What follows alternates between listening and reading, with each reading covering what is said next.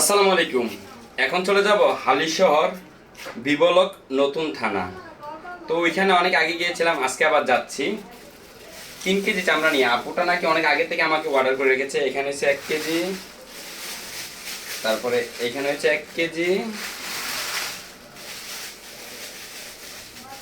এইখানে হচ্ছে 1 কেজি, মোট 3 কেজি চামড়া। 3 কেজি চামড়া নিয়ে চলে যাব হালিশহর বিবলক নতুন থানার সামনে।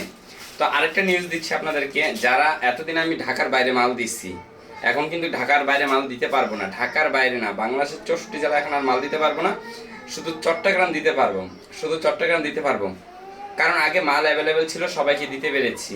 এখন আর মাল নেই। তারপরেও যদি কারো দরকার লাগে, বিশেষ দরকার লাগে, আপনারা আমার থেকে নিতে পারবেন। আমাকে সময় দিতে হবে, 10 থেকে 15 দিন সময় দিতে হবে। হয়তো আপনাদের কপাল ভালো হলে তার আগেও পাইতে পারেন। কারণ ভাই, স্টকে আগে অ্যাভেলেবেল মাল ছিল বা চামড়া পাইতাম, কিন্তু এখন আর চামড়া পাই না ওই পরিমাণ। এখন প্রতিদিন 5 কেজি করে পাই, 5 কেজি 10 কেজি চট্টগ্রামে অর্ডার থাকে।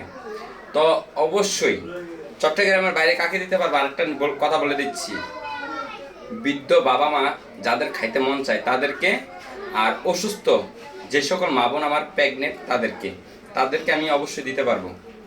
কিন্তু মিথ্যা কথা বলে কেউ আমার থেকে মাল নেবেন না। অথবা বলতে পারেন, ভাই আপনার থেকে তো টাকা দিয়ে চামড়াটা কিনে নিচ্ছি, তাহলে এখানে বৃদ্ধদেরকে দিবেন বা অসুস্থ যারা আছে তাদেরকে দিবেন, আমাদেরকে দিবেন না। আসলে কি কারণে, সেটার পিছনে একটা ইতিহাস আছে, সেই ইতিহাসটা আমি বলতেছি না। তো যাই হোক, আমার জন্য সবাই দোয়া করবেন।